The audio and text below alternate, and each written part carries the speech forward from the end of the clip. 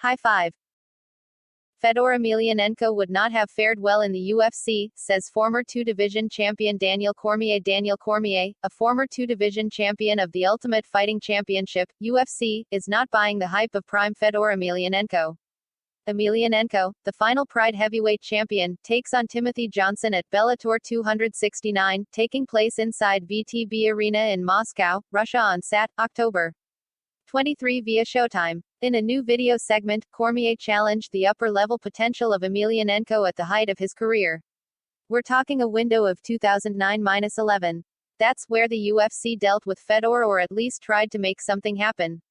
The UFC was interested in a long time until he went to Bellator, and then obviously he's off limits, Cormier said on his new.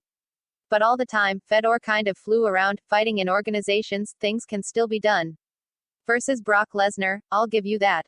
I think he beats Brock Lesnar. But outside of that, I don't think Fedor competes very well in the UFC.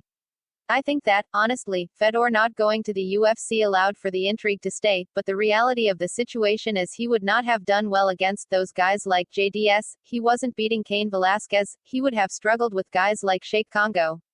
He was not beating those guys that were at the top of the UFC at that time.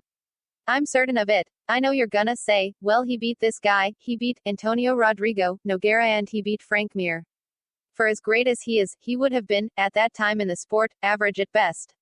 I'm telling you, Fedor Emelianenko in the UFC between 2009-11, average at best. Emelianenko was on a legendary 32-1 run with one no contest at the end of 2009. His 8-year undefeated run of dominance included wins over Andrei Arlovsky, Tim Sylvia, Mark Hunt, Mark Coleman, twice, Mirko Cro Cop, Rodrigo Nogueira, twice, Kevin Randleman, Gary Goodridge, and Heath Herring. The period between 2010 and 2011 was more challenging for the last emperor. He lost 3 consecutive fights to Fabricio Werdum, Antonio Shiva, and Dan Henderson, all by stoppage. He bounced back with victories over Jeff Monson, Satoshi Ishii, and Pedro Rizzo, before taking a 3-year absence from mixed martial arts, MMA. Mamania.com will deliver coverage of Bellator 269 tomorrow evening on Showtime. To check out the latest Bellator MMA-related news and notes, be sure to hit up our comprehensive news archive right here. Punch the like button and kick the subscription bell.